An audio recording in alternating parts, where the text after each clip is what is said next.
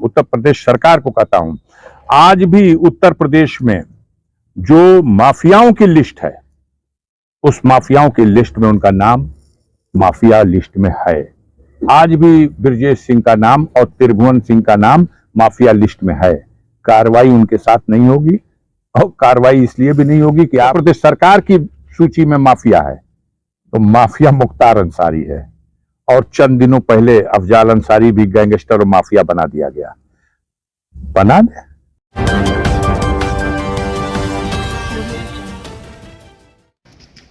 नमस्कार, आप देख रहे हैं न्यूज़ टुडे 24। मैं अखिलेश। गाजीपुर बीएसपी सांसद अफजाल अंसारी आज सोमवार को गाजीपुर की कोर्ट में पेश हुए। आज तारीख थी। ऐसे मौके पर वरिष्ठ पत्रकार रवीश कुमार की कथनी और करनी को उन्होंने साझा किया। रवीश कुमार ने कहा था कि पत्रकार को समाचार पढ़ने के लिए न्यूज रूम की ज़रूरत नहीं है, वो कहीं भी सड़क पे बैठ के भी समाचार पढ़ सकता है। अब ऐसे में अफजाल अंसारी सहित अंसारी बंधुओं पर तमाम मुकदमे हैं। अब उन्होंने कोर्ट से निकलने के बाद सड़क पे ही कुर्सी लगाकर बैठ के पत्रकारों से बातचीत करना शुरू कर दिया। आपको बता दें कि सांसद अफजाल अंसारी ने लोकतंत्र की व्यवस्था, उपचुनाव की समीक्षा, बीजेपी पर करारा निशाना साधते हुए कहा कि जो 25 सालों से कानून से भागता रहा और माफियाओं की लिस्ट में उसका नाम है, जिसका नाम है ब्रजेश सिंह, उसके खिलाफ कोई कार्रवाई नहीं। 2024 में लोकसभा में मोदी जी की सरकार नहीं आने वाली है। यूपी में 80 सीट जीतने के बाद भी 200 सीट भी नहीं आएगी। यही नहीं, उन्होंने पीएम पर निशाना साधते हुए कहा कि मोदी जी 8वीं पास हैं, मेरा ड्राइवर तो हाई स्कूल पास है। पीएम से ज्यादा ज्ञानी और लोग हैं, करोड़ों लोग जो उनसे काबिल हैं, लेकिन मोदी जी एक्सपर्ट हैं। उनका झूठ सफल हो गया। आपको बता दें कि 2001 में मोहम्मदाबाद तहसील पर प्रदर्शन के दौरान तोड़फोड़ का मामला हुआ था।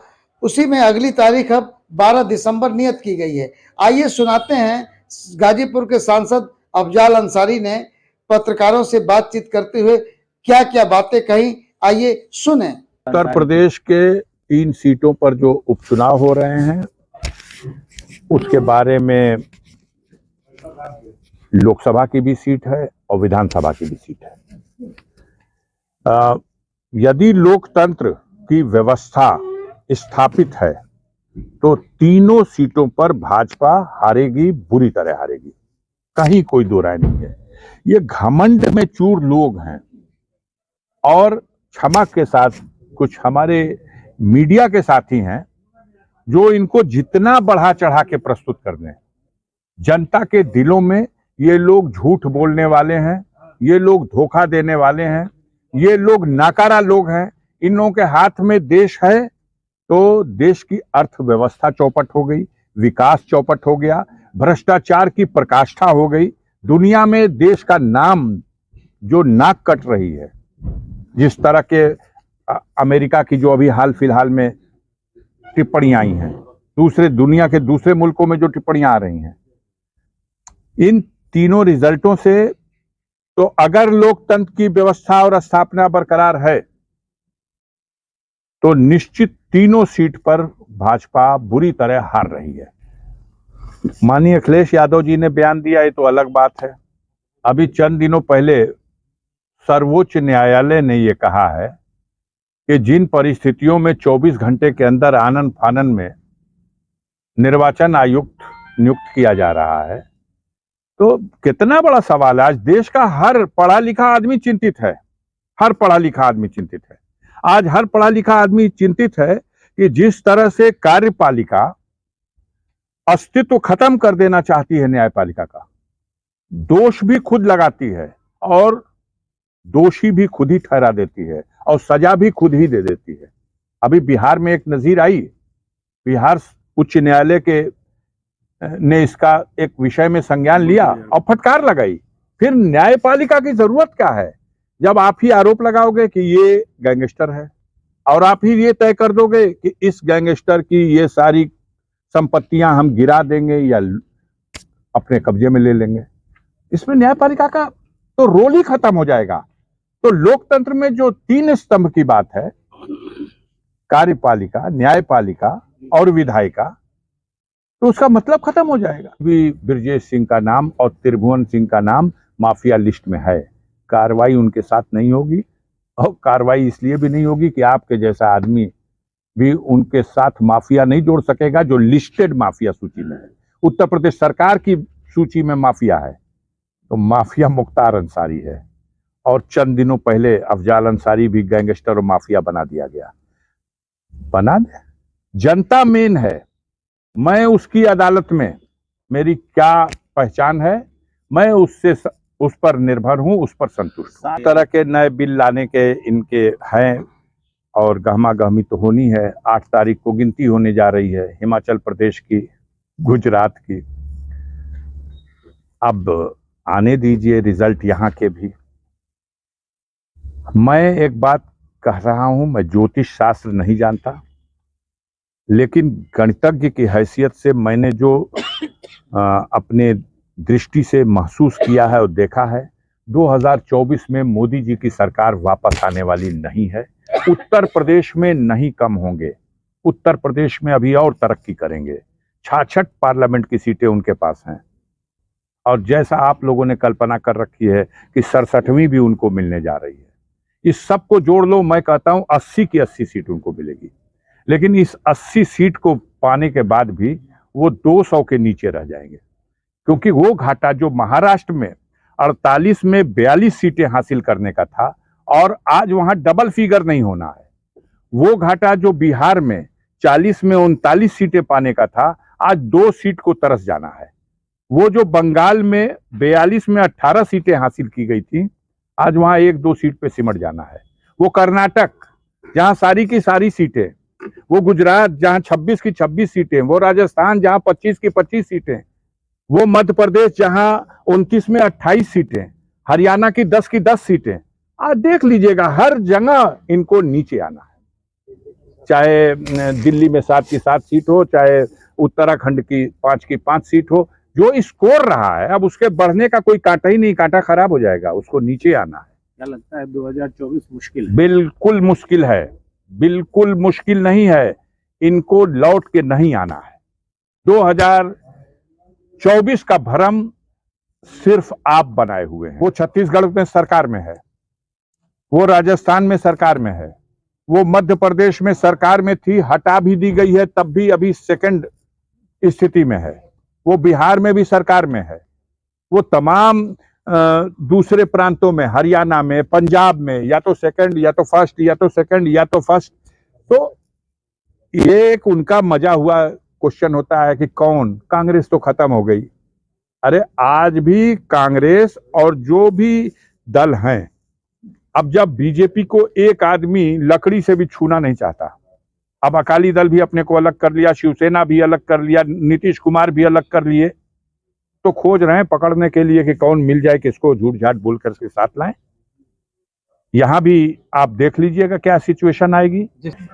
देखिए, जनता के सवालों को लेकर जो भी सड़क पे उठाएगा, उन सवालों को जनता उसे मानती है कि ये हमारे सवालों को उठा रहा है।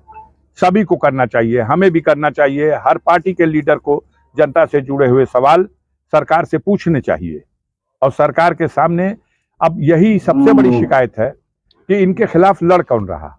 आप बताइए कौन लड़ सकता है, कौन लड़ सकता है? जो कर रहे हैं ये, इस परिस्थिति में कौन लड़ सकता है? इस परिस्थिति में पदयात्रा एक अच्छा कदम है, चुनौती तो दे रहा। केजरीवाल आज चुनौती तो दे रहा, घुस के घर में इनके गुजरात में नींद हराम हो गई है। आप काउंट नहीं करेंगे इनको। दिल्ली के एमसीडी का चुनाव का देखिएगा रिजल्ट आएगा, तो मैं ज्योतिष शास्त्र नहीं जानता, लेकिन भाजपा हार रही है, कहानी खत्म है। और हिमाचल का भी रिजल्ट देख लीजिएगा 8 तारीख को क्या होने जा रहा है। गुजरात में भी जिस तरह का जो खबरें हैं और जिस तरह का चुनाव हुआ है, अब इस पे निर्भर करता है कि जो वोटों का बंटवारा हुआ है उसका फायदा बीजेपी को मिलेगा कि उसका फायदा कांग्रेस को मिलेगा। क्योंकि बीजेपी के विरोध में गुजरात में पहले चुनावों में बीजेपी विरोधी वोट बढ़ जाते थे। अब पहली बार ऐसा लग रहा है कि बीजेपी के समर्थन के वोट भी बटे हैं और वो केजरीवाल के साथ जुटे हैं। अगर इस तरह की सिचुएशन आई तो गुजरात का भी रिजल्ट चौंकाने वाला आ सकता है। जब राजनाथ सिंह जैसे कद्दावर नेता को, जब नितिन गडकरी जैसे कद्दावर नेता को भाजपा में रहते हुए यह बड़ी ताकतें जो आज सारे उस पर काबिज हैं, ये उनको नहीं बर्दाश्त कर पा रही हैं तो और किसको बर्दाश्त करेंगे। और इसका परिणाम आपको देखने को मिलेगा 2024 के चुनाव में। ये नागपुर कैंप से उछाला गया एक सवाल है, मोदी का विकल्प कौन, ये गठबंधन का सवाल कौन। मैं इसका उत्तर ये दे सकता हूं कि आपको मोदी जी की डिग्री पे हो सकता है शक हो, मुझे मालूम है कि वो 8 पास हैं और मेरा ड्राइवर भी हाई स्कूल पास है। तो ज्ञान के सवाल पर उससे ज्यादा ज्ञान उसके पास है। ये मत कहिए, हिंदुस्तान में लाखों करोड़ों ऐसे लोग हैं जो मोदी जी से ज्यादा जिनके पास समझदारी है और ज्ञान है, जो देश को चला सकते हैं जिसको मौका देगी जनता। उनका लह गया है, वो झूठ बोलने के एक अच्छे स्पेशलिस्ट हैं और झूठ उनका सफल हो गया है। आप उनके कवच बने हुए हैं। वो कहते हैं कि बाबा गोरखनाथ और कबीर दास और गुरु नानक साथ बैठ के मंत्रणा करते थे, आप उसको भी उछाल देते हैं। ये नहीं देखते कि 400 साल के गैप में ये महापुरुष कैसे एक साथ बैठ के। तो जो इस घटिया स्तर का झूठ बोलता है, जिसका ज्ञान इतना ही बड़ा है, उसको आप तो बना के प्रस्तुत कीजिए। हम तो नहीं तो बड़ा 50 अब भी आता है देख करके उनकी चीजों को शर्मिंदगी खुद होती है कि हमारे देश का प्रधानमंत्री इस स्तर की भी जानकारी नहीं रखता, झूठ बोलता है। अंतर्राष्ट्रीय प्लेटफॉर्मों पर कई बार इस तरह की शर्मिंदगी उठाने का मौका आया। तो ये तो बिल्कुल बेकार सवाल है। हमारे दृष्टि में आज भी बहुत ऐसे लोग हैं जो उस पद को बड़े अच्छे ढंग से, इनसे कई गुना बेहतर ढंग से चला सकते हैं। और अभी देश के सामने एक समस्या है कि इनको हटाया जाए। ये ऐसे लोग हैं कि ये हटे। और आप देख लीजिए, राष्ट्रीय स्तर पर पार्टी यही है, दूसरी पार्टी है कांग्रेस पार्टी। जो इनके बाद अगर देखा जाए तो कांग्रेस पार्टी का एक वजूद है जो उत्तर प्रदेश के बाहर भी है। वो छत्तीसगढ़ में सरकार में है, वो राजस्थान में सरकार में है, वो मध्य प्रदेश में सरकार में थी, हटा भी दी गई है, तब भी अभी सेकंड स्थिति में है। वो बिहार में भी सरकार में है। वो तमाम दूसरे प्रांतों में, हरियाणा में, पंजाब में या तो सेकंड या तो फर्स्ट या तो सेकंड या तो फर्स्ट हार रही है। कहानी खत्म है। तो ये रहा सांसद अफजाल अंसारी का खास इंटरव्यू। आपकी क्या राय है हमें कमेंट बॉक्स में ज़रूर दें और देखते रहें न्यूज़ टुडे 24।